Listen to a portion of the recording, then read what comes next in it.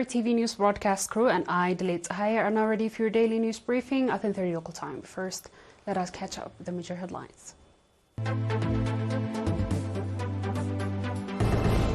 Eid al-Fitr al-Mubarak celebrated nationwide. Meetings on implementation of measles and rubella vaccination program conducted in Asmara. US, UK, Australia considers Japan's cooperation in AUKUS Security Pact. And deforestation in Brazil's Amazon down by 40% in EU ministers said. On our local news, Eid al-Fitr al-Mubarak was celebrated with enthusiasm nationwide today, 10th April.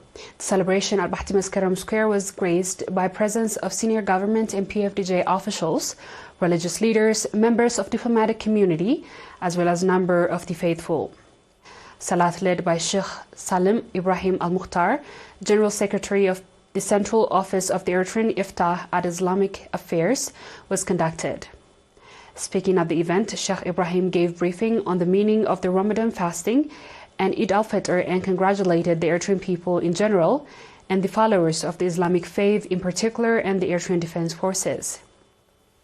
The celebratory event was broadcast live in Eritrean television and the national radio Dimtz Hafash.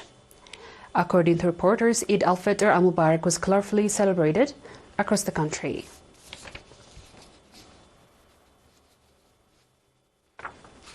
A workshop focusing on the role of the national measles and rubella vaccination programs, which also includes the distribution of vitamin A supplements, was conducted on 9th April in Asmara under the theme Let's Ensure Our Children's Health with Integrated Effort. The workshop was attended by heads of the Ministry of Health branch in all subzones and the subzonal administrators.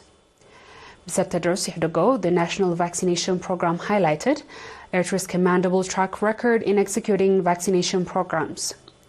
He pointed out that significant increase in vaccination coverage from 10% post-independence to a current rate of 97%, showcasing a remarkable public health achievement. The upcoming vaccination campaign is set to focus on children from 9 months to 5 years for measles and rubella shots, and those 6 months to 5 years will also be eligible for vitamin A supplementation, further underscoring the initiative's holistic approach to children's health.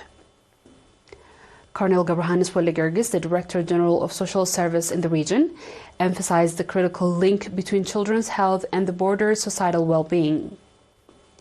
He called on the community at large, including administrators and community leaders, to play an active role in ensuring the smooth execution of this health drive.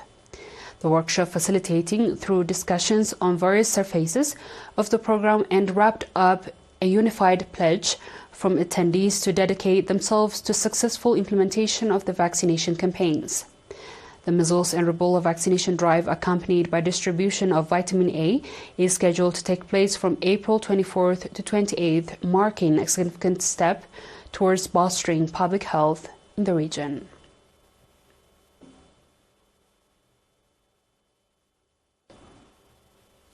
The viewers will be back with the international news shortly. Stay tuned.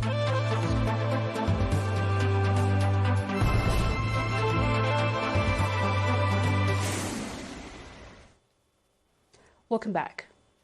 Britain, the US, Australia said on Monday they are considering to work with Japan through their AUKUS Security Pact despite the US export control restrictions that challenge the existing partners' effort to counter China's power in the Indo-Pacific region. Britain said consultation on future cooperation between the three AUKUS partners and other nations, including Japan, were set to begin this year. A summit in Washington between the US President Joe Biden and Japanese Prime Minister Fumio Kishida on Wednesday is expected to address Japanese possible future involvement in AUKUS advanced capabilities projects, but officials and experts obstacles remain given to need for Japan to introduce better cyber defense and stricter rules for guarding secrets.